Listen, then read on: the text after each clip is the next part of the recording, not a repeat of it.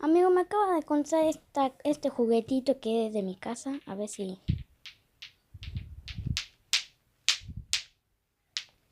Vamos a hacer si me sale. Es bastante grande por lo menos. Uf. Esto se necesita mucha práctica. Primero hacemos así. Después tiramos. A ver, esperen. Ok, esto era. Primero hacemos así.